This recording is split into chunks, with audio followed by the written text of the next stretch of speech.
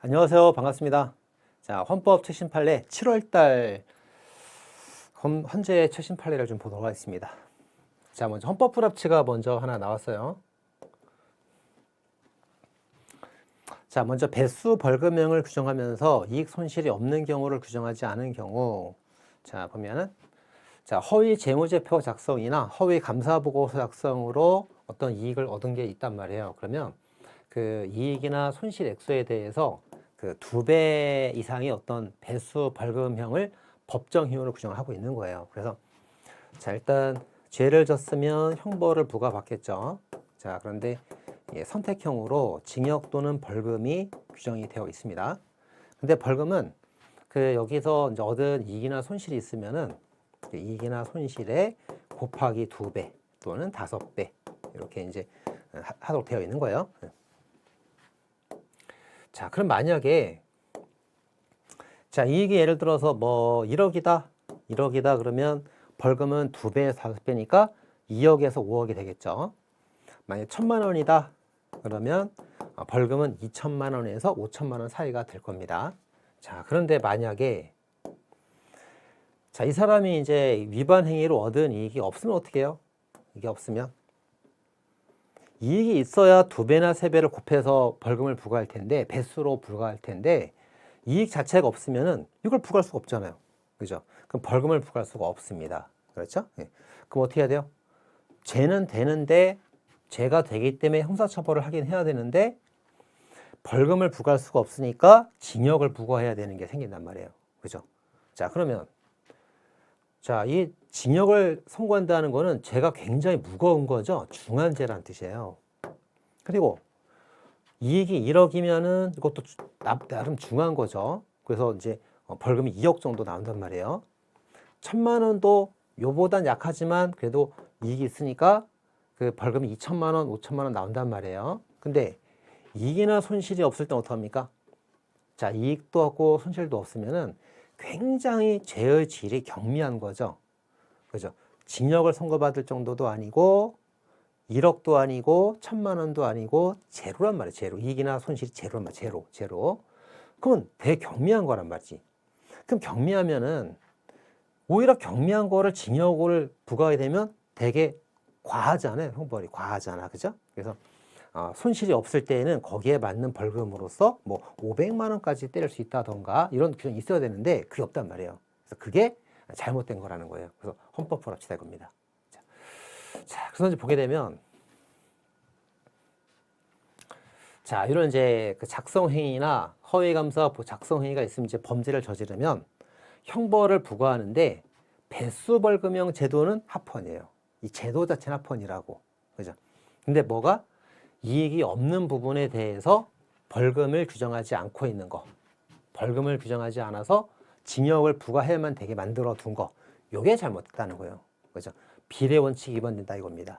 아시겠죠? 그래서 요 배수 벌금형 자체는 합헌인데 이 규정이 없는 거 이게 위헌이기 때문에 여기 잘못된 걸 고쳐라. 그래서 전부 다 위헌을 때리지 않고 요것만 고쳐라. 해서 헌법 불합치를 때린 겁니다. 이렇게 아시겠죠?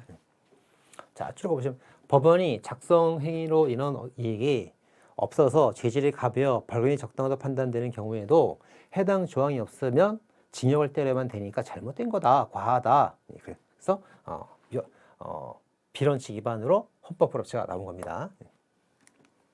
자, 2번.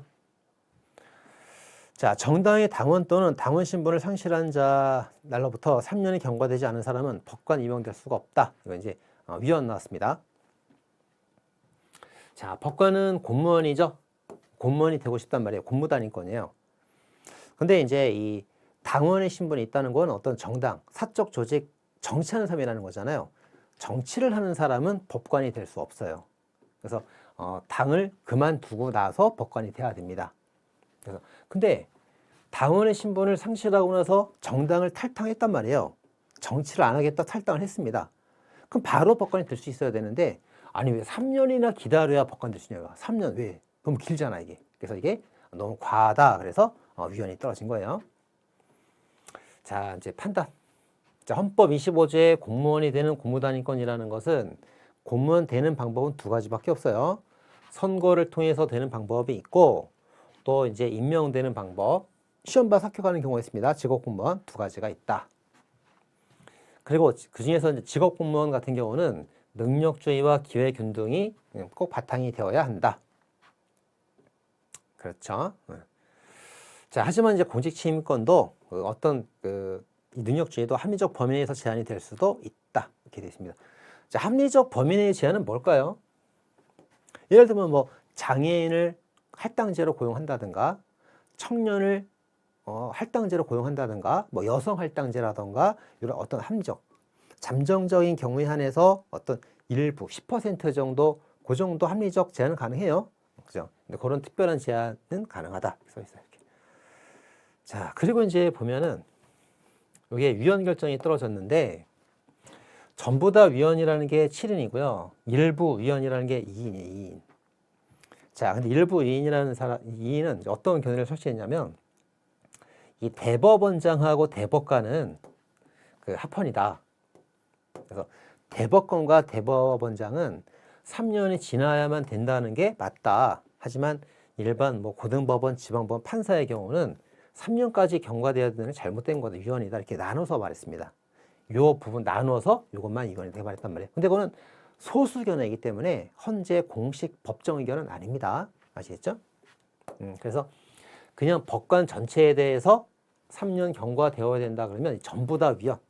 전부 위헌이 법정 의견이에요. 법정 의견. 그래서 만약에 대법원장, 대법관은 합헌이지만 판사는 위헌이다. 이렇게 나오면 소수 의견이니까 헌재 입장이 아니란 말이에요. 이렇게 나오면 틀린 지문으로 풀어야 됩니다. 아시겠죠? 자, 세 번째. 자, 이건 이제 이 서울대학교 그 자동차 사건인데 그 서울대학교 이제 공과대에서 자동차 하나를 그 전기 자율주행 성능 시험을 하기 위해서 자동차를 사용해 왔었어요. 그래서 2012년부터 연구 목적으로 그 어떤 승합차 한 대를 막 라이다나 레이더나 뭐 이런 거 달면서 자율주행 연구해 왔단 말이에요. 연구 목적 활용을 해왔습니다. 자, 근데 그런 자동차가 있었는데 2012년도 연구 목적 활용되고 있었으면은 당연히 이제 어떤 관련 규정이나 법률을 다 준수해서 지금까지 운행이 되고 있을 거다 생각을 해봤겠죠. 벌써 2012년부터 벌써 10년 지났잖아요. 10년 전부터 연구 목적 활용되어 오고 있었으니까 2012년도에 어떤 법적인 규제나 이런 거를 다 허가를 받고 지금 10년 이상 운행을 해 왔겠구나 이렇게 생각을 하고 있었다는 거죠. 자, 그렇게 생각하면서 이제 운행을 했단 말이죠. 그러다 이제 얘가 딱 잡혔어요. 딱 잡혔는데 보니까 너 왜 관청의 승인도 없이 자동차 불법 튜닝해서 타고 다니는 거야? 이렇게 딱 잡힌 거예요. 그죠? 자, 그때 이제 이 청구인은 몰랐지. 저는 그 연구용으로 튜닝이 된 건데 관청 허가를 받은 줄 알았습니다. 10년 전부터 타고 있었는데요. 전 몰랐단 말이에요. 자, 몰랐다고 그러면 이제 고의가 있다고 볼 수 없겠죠. 그런데도 검사가 기소유예 처분했어요. 자, 기소유예라는 건 뭡니까? 죄가 되긴 하지만 기소를 미루겠다는 거잖아요. 그러니까 유죄를 전제로 하는 거란 말이에요, 이게. 그죠? 그래서 잘못된 거다. 잘못된 거다. 청구인 너의 말이 맞다. 인용받은 겁니다. 그래서 이제 혐의 없음이나 죄가 안 됨 처분으로 바꿔줘라. 이렇게 한 거예요, 헌재가. 자, 쭉 읽어보세요. 자, 자동차 관리법에 관할관청 승인받지 않고 튜닝된 자동차를 알면서 운행한 자, 알고 했으면 처벌돼요. 근데 이 사람은 승인을 받지 않고 튜닝된 사실을 몰랐단 말이에요. 증거도 없고. 그렇다면 기소유예 처분이 잘못된 것이므로 헌재는 기소유예를 취소한다. 그래서 어떻게 해야 돼요? 죄가 안 됨이나 혐의 없음 처분으로 바꿔줘야 된다. 이렇게 헌재 결정이 나온 겁니다. 자, 포인트는 뭐예요?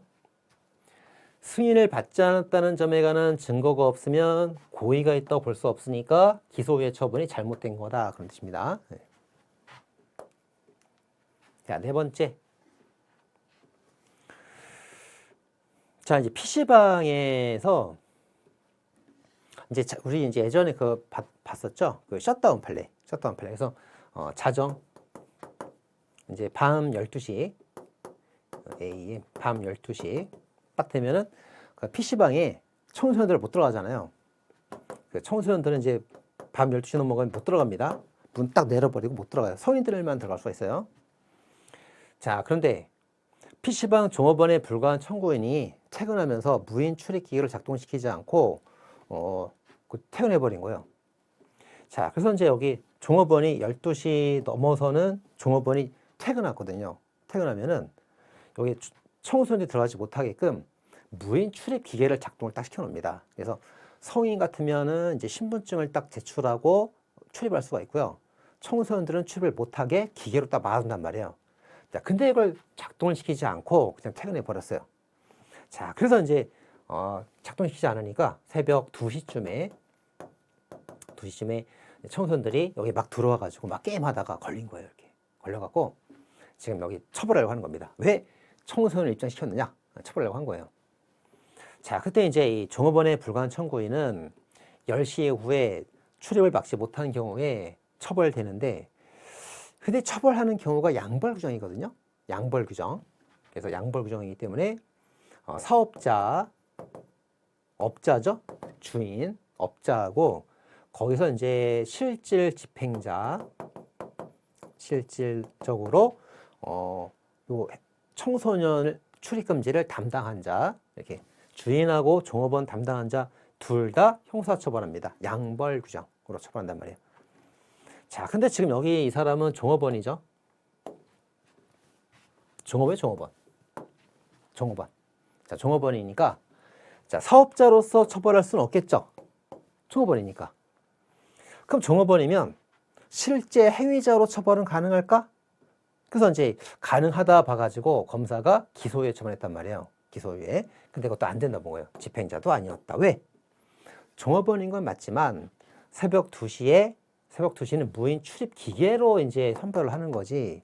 종업원은 어떻게 했습니까? 퇴근했잖아. 새벽 2시는 퇴근했다고. 종업원이긴 하지만 퇴근했다고. 집에 있다고. 퇴근했기 때문에 여기 현장에서 업무를 보는 중이 아니었단 말이에요. 그래서 이때 종업원은 사업자로 처벌할 수도 없고 현장 근무자로 처벌할 수도 없고 결국 처벌이 안 된단 말이에요. 죄가 안 됨 또는 무죄여야 하는데 유죄를 전제로 기소유예 처분한 것은 잘못되었다라고 하면서 취소시킨 거예요. 이렇게. 아시겠죠? 네.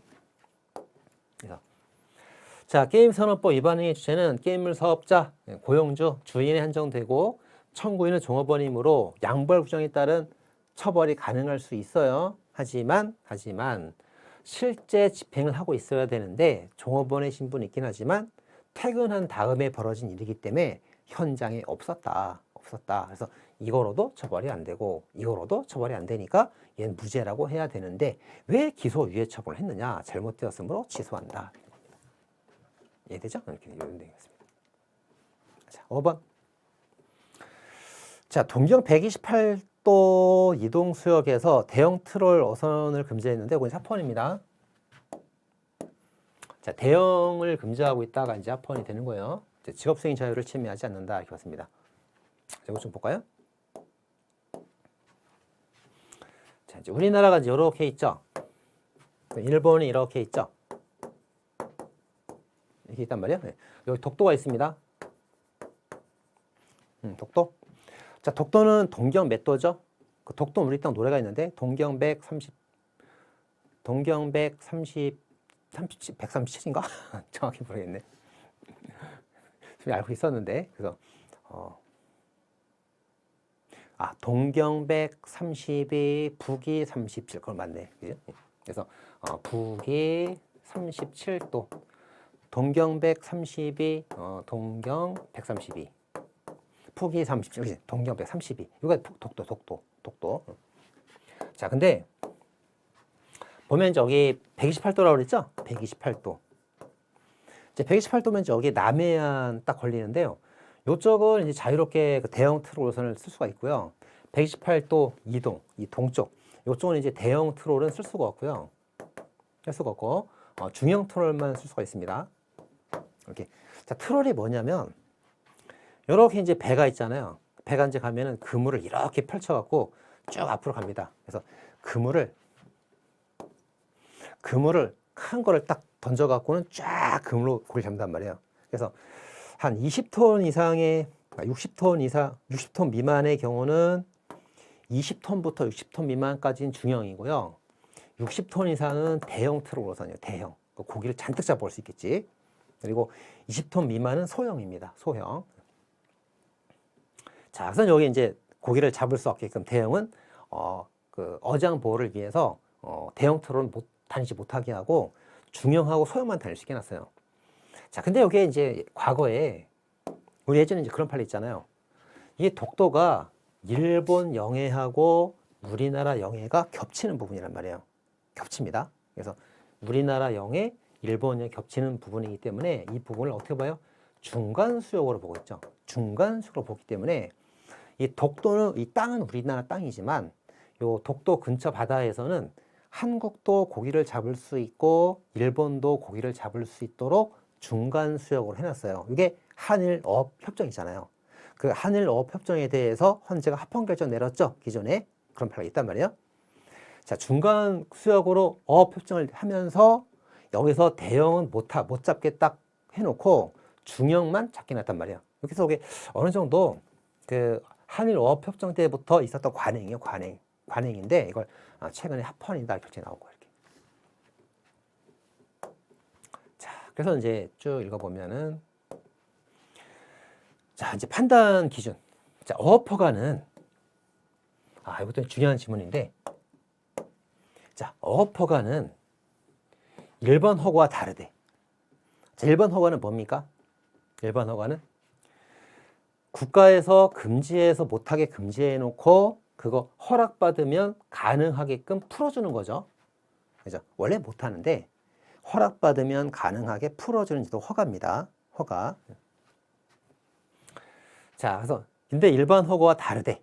그래서 허가권자에게 권리의 능력을 설정해주는 형성적 행위에 보다 가깝다. 자, 형성적 행위라는 게 뭡니까? 특허랑 비슷한 거예요. 특허는 아닌데 특허랑 비슷하다고. 그죠? 그래서 일반적 허가는 금지를 풀어주는 거예요. 금지했다가 풀어주는 게 허가인데 형성적 특허는 너만 하라고 특혜를 주는 특혜. 특혜를 주는 겁니다. 특혜. 알겠죠? 그래서 특혜를 주는 형성적 행위에 가깝다. 일반 허가는 다르단 말이에요. 중요합니다. 자, 그러므로 어퍼는 행정관청이 요건 충족되면 허가를 해야 될 기속. 일반 허가는 요건 맞으면 금지를 꼭 풀어줘야 된단 말이에요. 기속된단 말이지. 요건에 기속이 되는데, 근데 어퍼가는 다르다. 어퍼가는 재량이 있다. 특혜를 주는 거니까 재량이 있다. 그죠? 자, 이것도 중요합니다. 자, 일반적 허가는 일단 금지해둔 거를 해제하고 풀어주는 거기 때문에 요건이 맞으면 꼭 풀어줘야 돼. 기속. 근데 어업 허가는 다르다 이거지. 특혜를 주는 특허랑 유사한 면이 있단 말이에요. 형성적 권리를 주는 면이 있기 때문에 국가에서 권리를 주는 거니까 내 마음대로 줘도 되고 뺏어도 된단 말이에요. 그 재량이 있다 이거 재량. 딱 까는 거 이렇게. 자, 이제 재량이 있다고 이제 빗밥을 깔고 가는 이유가 뭡니까? 밑밥을 깔고 가는 게 뭐예요? 이제 합헌 때리려고 이제 빗밥을 깔고 가는 거지. 재량이 있다고 하면서. 그죠? 이렇게. 재량을 갖는다. 자, 그래서 수상권의 잠소는 그 기후 변화나 불법적 같은 국제적 요인. 자, 수완전이 감소해서 이제 자원 보호를 해줘야 되는데 그거는 반드시 국제적 요인만 있는 게 아니고 국내적 요인도 복합적 작용이 된다. 이것도 이제 헌재 결정이에요. 주의해야 됩니다. 그래서 자, 수완전이 감소하는 거는 일본에서 요 중간에서 일본이 잡아가는 것도 어업 감소의 원인이 되긴 하지만 국제적 원인도 있지만 우리나라에서 잡아가는 것도 감소의 원인이 된단 말이에요. 꼭 일본 때문만 아니다 이거야. 우리도 조심할 건 조심하자 이거예요.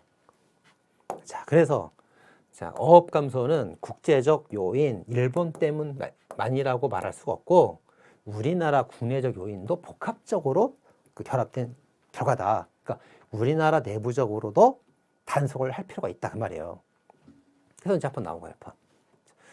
자, 쭉 써놨죠? 여기 설명. 그러니까 트롤업은 자르모형 그물을 끌어잡는 업으로서 대형과 중형이 있는데 독도 중간수역을 포함한 동해안에 살 오징어가 이제 다 없어지고 있으니까 업보를 위해서 대형은 금지시켜 놓고 있습니다. 합헌이다 이런 뜻이 됩니다.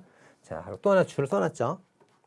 과거에 독도 등을 중간수역으로 정해서 이제 한일 공동으로 고기를 잡을 수 있도록 해둔 거, 이건 이제 한일 어법적인 사건인데 합헌 결정 나왔습니다. 이거 같이 알아주시면 되겠습니다. 자, 6번째. 자, 이것도 이제 중요한 판결인데, 자, 주를 볼까요? 두 번째 주. 자, 청구인들이 한국하고 유럽에서 이제 파생 상품을 이제 거래를 했어요. 그래서 우리나라 한국 거래소가 이제 코스피, 코스닥 그러잖아요. 유럽에서도 이제 어떤 상품, 주식 같은 거래했단 말이에요. 우리나라가 코스피, 코스닥 그러면 유럽은 유렉스 그럽니다. 코리아는 코, 유럽은 유렉스. 그죠? 그래서 근데 이 사람이 한국에서도 거래하고 외국에서도 거래했는데 우리나라에서는 손실을 봤어요. 그리고 유럽에서 한 건 이득이 됐단 말이에요. 이득. 그래서 예를 들면 우리나라 손실 액수는 예를 들어서 마이너스 4억 원. 그리고 유럽에서 한 거는 잘 돼가지고 플러스 3억 원 이렇게 한 거예요. 자, 그러면 플러스 마이너스 하면은 총 손익은 어떻게 됩니까? 총 손익은 마이너스 1억 손실을 봤죠. 그죠? 그러니까 같은 이제 파생 상품을 거래하는데 우리나라 4억 손해, 외국 3억 손해 합치면 1억 손해라고. 1억 손해. 그럼 이제 손해가 1억이니까 세금을 부과하면 돼요, 안 돼요? 안 된단 말이지. 안 됩니다. 원래는 안 돼. 자, 근데 보니까 뭐라고 그래요? 2017년 12월 이전까지는 따로따로 보다가 2017년 12월부터 어떻게 양쪽의 손익이 합산됐어요.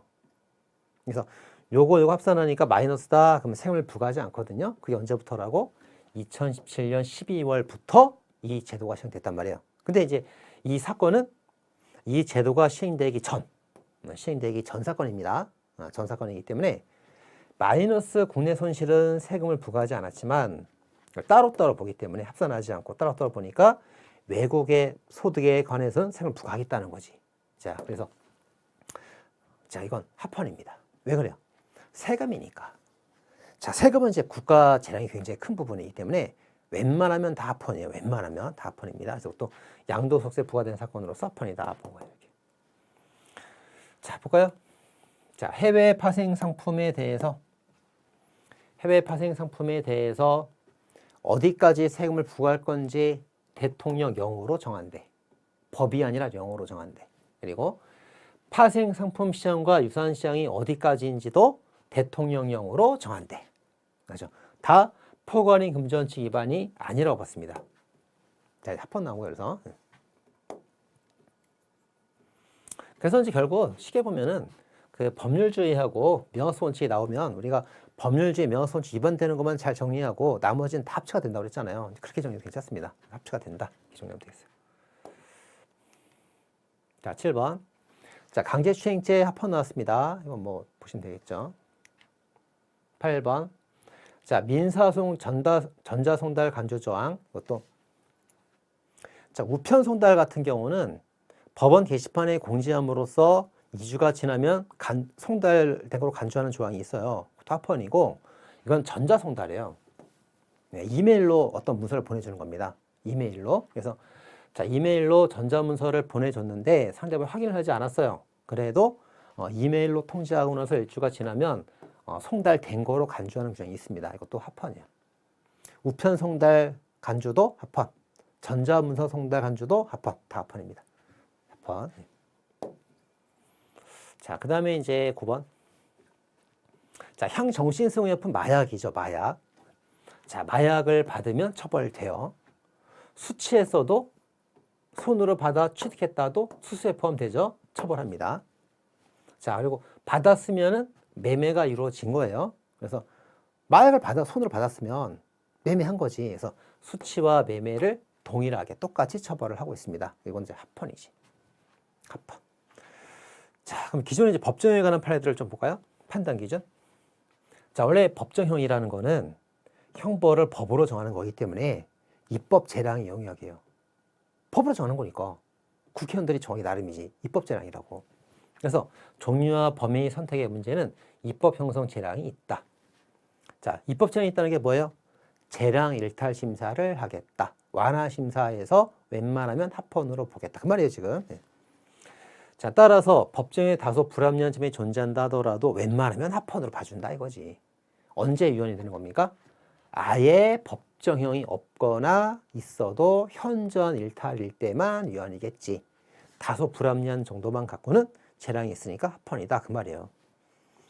자, 그럼 요 두 번째도 잘 나오는 질문이죠. 두 번째도. 자, 보호법익과 재질이 서로 달라. 보호법익과 재질이 서로 달라. 살인죄와 뇌물죄야. 살인죄와 뇌물죄. 완전 죄가 달랐단 말이에요. 자, 그것도 완전 다른 죄를 동일선상에 놓고 똑같이 비교해서 어느 한 범죄의 법정형이 다른 것보다 높다 낮다 그렇게 판단하면 안 돼. 그죠? 보호법익과 재질이 유사하면은 비슷하다 판단이 된단 말이에요. 뭐 상해치사하고 살인죄는 비슷하니까 어떤 게 높다 낮다 구별이 될 수가 있는데 죄질이 좀 비슷하니까. 그죠? 근데 상해, 폭행 이런 거, 뭐 살인, 상해 이런 거, 상해인, 상해치사 이런 거. 근데 살인죄와 뇌물죄 완전 다르잖아요. 다른 거를 갖다 비교해서 판단하면 안 된다 이거지. 이것도 잘 나오는 질문이죠. 이것도 잘 나오고 이것도 잘 나오고. 이것도 기존의 기출 문제들이니까 같이 정리하시면 되겠습니다. 자, 10번. 자, 이것도 이제 중요한 판결인데. 자, 기존에 이제 우리 기출 많이 되던 판례가 하나 있었단 말이에요. 이거 잘 틀리는 지문인데, 이거 질문 있습니다. 약사 또는 한약사가 아니면 약국을 개설할 수 없다. 자, 합헌 위헌. 위헌이에요, 위헌. 자, 그럼 헌법 불합치입니다. 헌법 불합치. 그죠? 약사 또는 약사 또는 한약사가 아니면 약국을 개설할 수 없다. 이거 기출 문제죠, 이거. 이거 헌법 불합치입니다. 왜? 법인이 없잖아, 법인이. 어딨어? 법인이 없다, 법인이. 그래서 자격증이 필요하다는 말이 아니고 사람만을 대상하는 거예요, 지금. 법인이 빠져 있어. 법인이 제외가 되어 있다는 점에서 헌법 불합치가 떨어졌어요. 아시겠죠? 위헌은 아니고 자격증이 있어야만 약국을 개설할 수 있다는 그 전체 취지는 맞는데 법인이 빠져 있다는 그 부분만 고치라는 거예요. 법인을 추가해라 이거지. 그죠? 그래서 헌법 불합치를 했습니다. 헌법 불합치 해놓고 헌법 불합치인데 입법 개정이 있을 때까지는 계속 적용하라고 명했단 말이에요. 그래서 지금 효력이 있단 말이에요. 근데 입법 개정할 때까지는 효력이 있다 이렇게 명했는데 아직까지도 개정이 되고 있지 않습니다. 아직까지도 개정이 안 되고 있단 말이에요. 그래서 이렇게 이제 출제가 되면은 헌법 불합치를 풀면 돼요. 자, 그래서 이제 이번에 넣은 판결은 뭐냐면 이 법인을 빼고 자연인에 한해서 이게 합헌이냐 이렇게 물어보는 판례가 이번에 나온 거예요. 자연인. 법인을 뺀 건 위헌이죠. 헌법 불합치죠. 그러니까 이제 자연인에 한해서 합헌이냐. 그래서 자연인 합헌이다. 자연인에 한해서 약사, 한약사가 아닌 자연인은 약국에서 금지하는 게 맞지. 면허가 없으니까. 그래서 자연인에 한해서 물으면 합헌이다. 이렇게 보면 되는 겁니다. 아시겠죠?